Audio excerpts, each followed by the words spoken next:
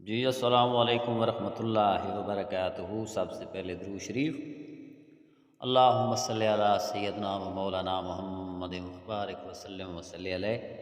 جی دوستو، آپ سے ریکویسٹ ہے کہ میرا چینل انبیاء کے معجزے سبسکرائب کر دیں تاکہ آنے والی ہر نئی ویڈیو آپ تک پہنچ سکے۔ جی تو چلتے ہیں آج کے موضوع کی طرف۔ آج کا موضوع ہے حضرت یونس علیہ السلام مچھلی کے پیٹ میں۔ حضرت یونس علیہ السلام جب قوم سے ناراض ہو کر چلے گئے اور قوم نے آپ کے پیچھے توبہ کر لی، لیکن آپ واپس لوٹ کر نہ آئے، تو آپ اپنے سفر کے دوران دریا کو عبور کرنے کے لیے ایک کشتی پر سوار ہوئے، لیکن کشتی بھنور میں پھنس گئی۔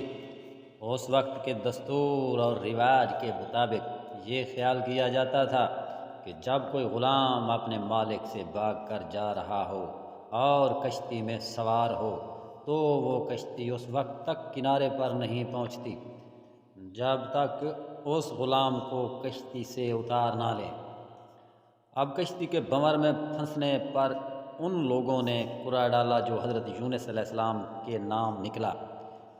3 دفعہ قرعہ آپ کے نام ہی نکلا تو آپ نے فرمایا کہ میں ہی غلام ہوں جو اپنا آقا کو چھوڑ کر جا رہا ہوں۔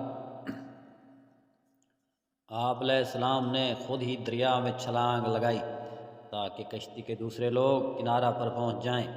اللہ تعالیٰ نے ایک مچھلی کے دل میں حکم دیا کہ حضرت یونس علیہ السلام کو نگل لے، لیکن یہ خیال کرنا کہ تمہارا پیٹ ان کے لیے قید خانہ بنایا ہے، انہیں تمہارا لقمہ نہیں بنایا، اس لیے انہیں خراش تک نہ آنے دی جائے، ان کو بال برابر بھی نقصان نہ پہنچے۔ اس طرح آپ مچھلی کے پیٹ میں آ گئے۔ یہ آپ پر ایک امتحان تھا۔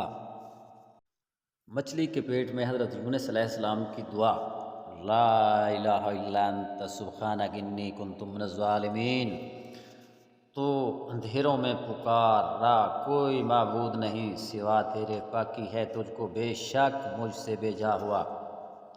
کئی طریقیاں، اس لیے کہ آپ دریا کی تاریکی، رات کی تاریکی اور مچھلی کے پیٹ کی تاریکی میں تھے۔ ان اندھیروں میں آپ نے رب تعالیٰ کے حضور التجا کی کہ اے اللہ، میں جو تیرے حکم کے انتظار سے پہلے آ گیا، یہ مجھ سے بھیجا ہوا، تو ان کلمات سے آپ کی دعا کو قبول کر لیا گیا۔ حدیث شریف میں ہے، جو کوئی مصیبت زدہ بارگاہ الہی میں ان کلمات سے دعا کرے تو اللہ تعالیٰ اس کی دعا ضرور قبول فرماتے ہیں۔ سبحان اللہ۔ دوستو، اگر ویڈیو پسند آئے تو چینل سبسکرائب کرنا، کومنٹس میں اپنی رائے دینا اور ویڈیو دوستوں کو شیئر کرنا نہ بھولیے۔ اللہ تعالیٰ آپ سب کو سلامت رکھے، آمین ثم آمین۔